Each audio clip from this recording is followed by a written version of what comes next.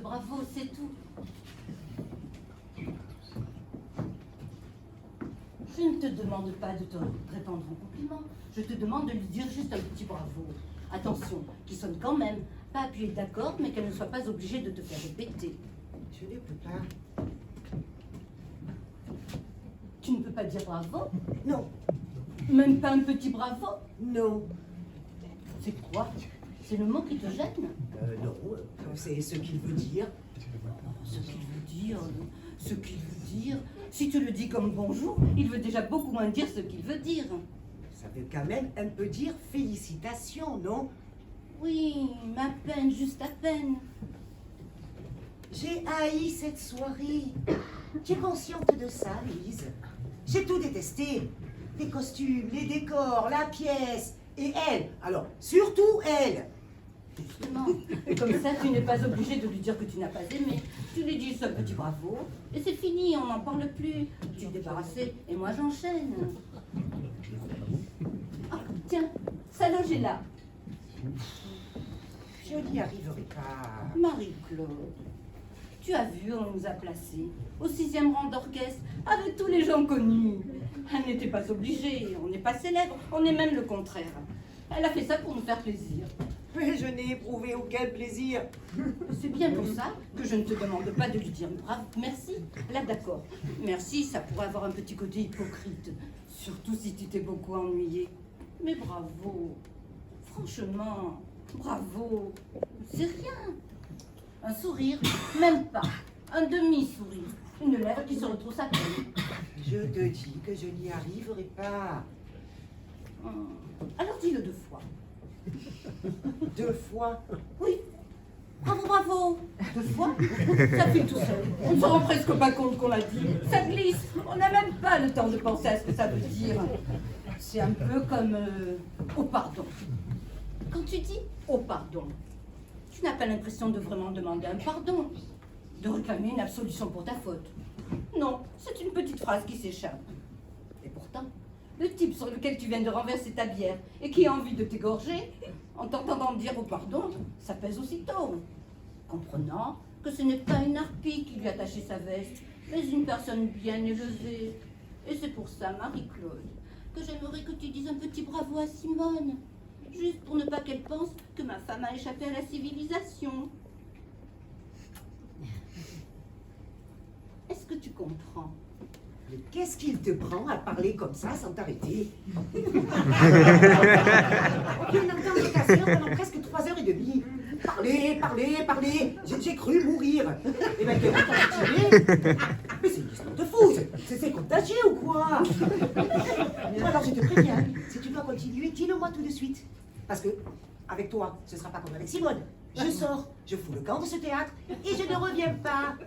Tu m'entends, Louise? Je ne reviens plus jamais. Je suis à bout.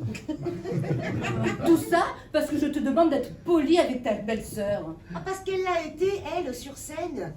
Ah, parce que c'est de l'art, c'est poli. Parce que ça rime, c'est poli. Parce que c'est classique, c'est poli. C'est ça. Tu n'es quand même pas en train de m'expliquer que Racine est mal élevée. Ta sœur m'a torturée. Tu m'entends, Louise? Torturée pendant toute la soirée.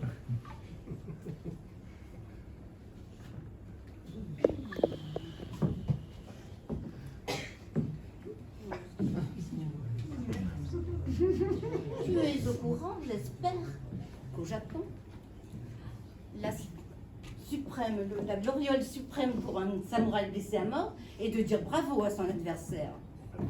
Mauvais exemple. Je hais le Japon. Dommage. Un petit peu d'Extrême-Orient aurait pu t'aider. L'aider à quoi? À comprendre. À mieux te comprendre en oubliant 2 petites minutes ta tête d'occidental butée. Louise, ne va pas trop loin, je t'ai prévenu. Je suis à bout, hein. Parce que figure-toi, quand le samouraï blessé à mort dit bravo à son adversaire, ce n'est pas pour le féliciter. Ah, Non, c'est pour l'humilier. ah bon? Bien sûr, c'est la vengeance suprême. Ton sabre a meurtri mon corps, mais mon âme reste intacte et elle te dit bravo. Voilà la victoire, la vraie bravo. En vérité, en disant bravo à son adversaire, c'est à lui-même qu'il se dit bravo. Bravo d'avoir dit bravo à son bourreau. Maintenant, Si tu refuses de te dire bravo en disant bravo à Simone, c'est ton affaire. Mais quelqu'un qui n'a pas hurlé pendant la représentation ne peut pas se dire bravo, Louise. Quand je pense que j'ai supporté ce supplice sans broncher, sans rien dire, comme une lâche, pendant très exactement 223 minutes et 17 secondes. Ah ça je l'ai vu, tu la regardé ta montre. Ah, tout le temps. À un moment, j'ai même cru qu'elle s'était arrêtée. Pendant sa longue tirade, là, avec le barbu, là, le mari. Oh là là, alors là, ça n'avançait plus. Je me suis dit, oh la garce, alors là, elle nous tient. 800 personnes devant elle, coincées dans leur fauteuil. Elle a arrêté les aiguilles pour que ça dure plus longtemps. Je sais pas comment j'ai tenu, je ne sais pas. Oh, n'exagère pas, tu n'es quand même pas morte. Ah non, c'est vrai. Tu sais pourquoi, Louise? Parce que je n'ai cessé de me répéter un mot. Un seul mot. Un mot magique. Entracte. Alors, il n'est jamais venu. Jamais.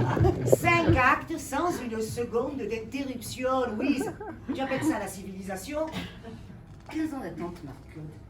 15 ans que Simone attend de rentrer à la Comédie Française. Et là, ça y est, c'est fait. Elle est engagée. Et miracle, on lui offre le rôle dont elle rêve depuis toujours.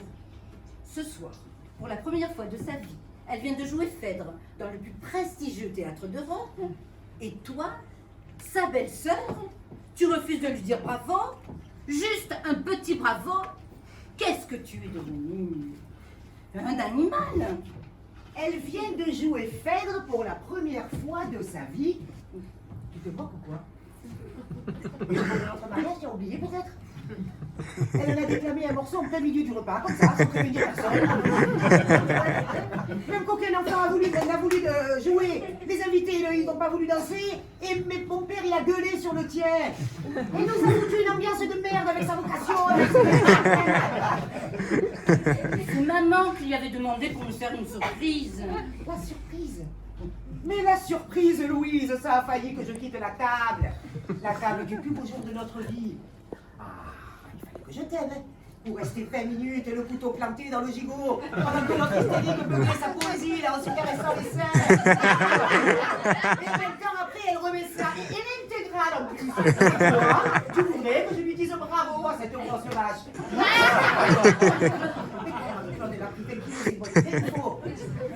C'est humain, c'est l'angoisse d'attendre ce rôle. 15 ans d'angoisse, forcément, elle a compensé par la nourriture. De t'habiller en toge, ça compte quand même un peu, hein, que ça ne compte pas.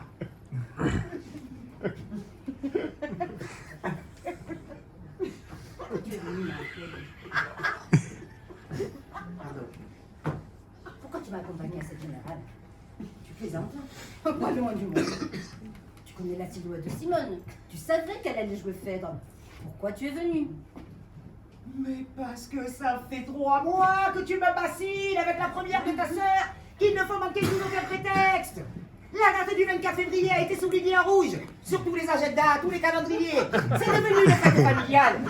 Cette année, chez nous, on aura eu Pâques, Noël et Phèdre. D'ailleurs, à ce sujet, je te signale que ni ton père, ni ta mère, ni ton frère ne sont là ce soir. Hein. Elle n'a que 2 places pour cette première. Mais pourquoi c'est tombé sur nous? Et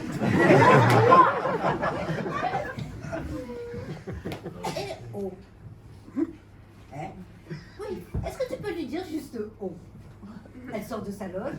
C'est toi qu'elle regardera en premier, j'en suis sûre. Tu la serres aussitôt dans tes bras et tu lui dis oh. Tu n'as même pas besoin de lui dire fort. Tu lui susurres à l'oreille oh. Oh. Je crois que dans le mot bravo, ce qui compte surtout, c'est le oh. Les autres lettres sont pour ainsi dire inutiles. Tu as entendu pendant les rappels à la fin de la pièce, les gens applaudissaient en criant bravo, bravo, faux, faux. Le oh est résonné surtout avec, pour être honnête, un petit rien de vœu. Vaux, vaux, voilà, vaux, ce serait parfait. Tu me demandes de dire veau?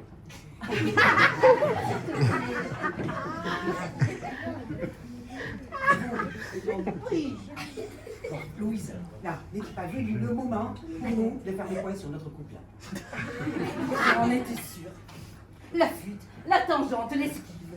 Une fois de plus, tu cherches à échapper à ce que je te demande. Jamais le moindre effort pour essayer de me comprendre, de me satisfaire. Parce que tu en fais des efforts, toi. Beaucoup, Marie-Claude, beaucoup. Je rêve, hein. Ben, je te signale par exemple que je t'ai proposé d'enlever 75% du mot bravo. Après m'avoir fourgué 4h30 de ta sœur. 3h30. Et l'heure qu'on est en train de passer, là, à piétiner devant sa loge, ça prend trop d'humeur. Elle se lave. Tu ne vas quand même pas compter de la même façon Simone d'Enphèdre et Simone sous sa douche. Et c'est toi que je compte en ce moment, Louise. Toi qui m'épuise autant qu'elle est sur scène, qui t'additionne à ta sœur, là, j'ai la double ration. Ah, je réalise que dans un théâtre, ils aient toutes les deux les mêmes, hein. Aussi assommantes l'une que l'autre. Détrompe-toi, Marie-Claude. Je suis très loin d'être comme Simone. Parce que moi, dis-toi bien, que si un jeune homme aux cheveux bouclés, aux mollets sanglés par des lanières de cuir, traversait un jour ma vie, je pars avec lui, illico, sans réfléchir, sans me retourner, je file avec Hippolyte, à Skiathos, à Skopélos, à Mykonos, où il voudra, et je te plante là, toi et ton cerveau de sélacanthe.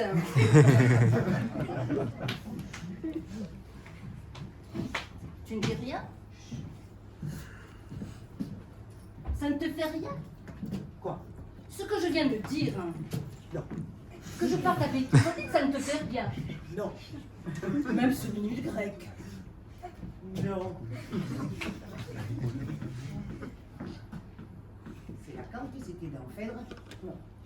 Je dois dire. C'est normal, ça vient de là. Goylos, creux et Acantha, épine. C'est un gros poisson. Notre ancêtre. Avant le singe. Carmen. Excuse-moi. Je ne pensais pas à ce que je disais. Tu ne m'aimes plus? Et tu me le dis là, à la Comédie Française. Tu sais, Louise, je crois que ni toi, ni moi, ne garderons un bon souvenir de cet homme. Où tu vas? Je sors, boire un verre. Tu reviendras? Oh, je ne pense pas. Fais attention de ne pas le renverser sur ton voisin. Ouais, j'essaierai. Marie-Claude. Marie-Claude. Marie-Claude. Ah, chérie, tu es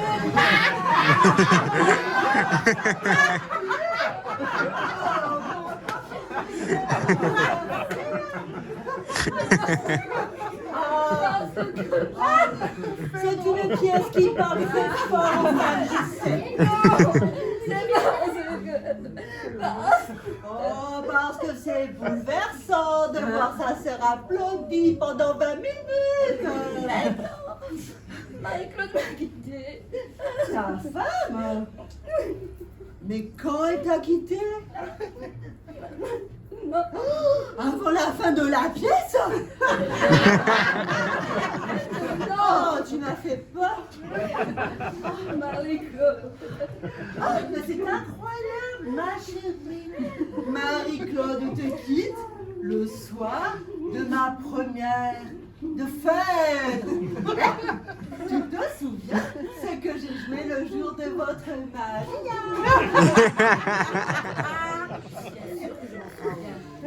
Pauvre connasse. Putain! Grosse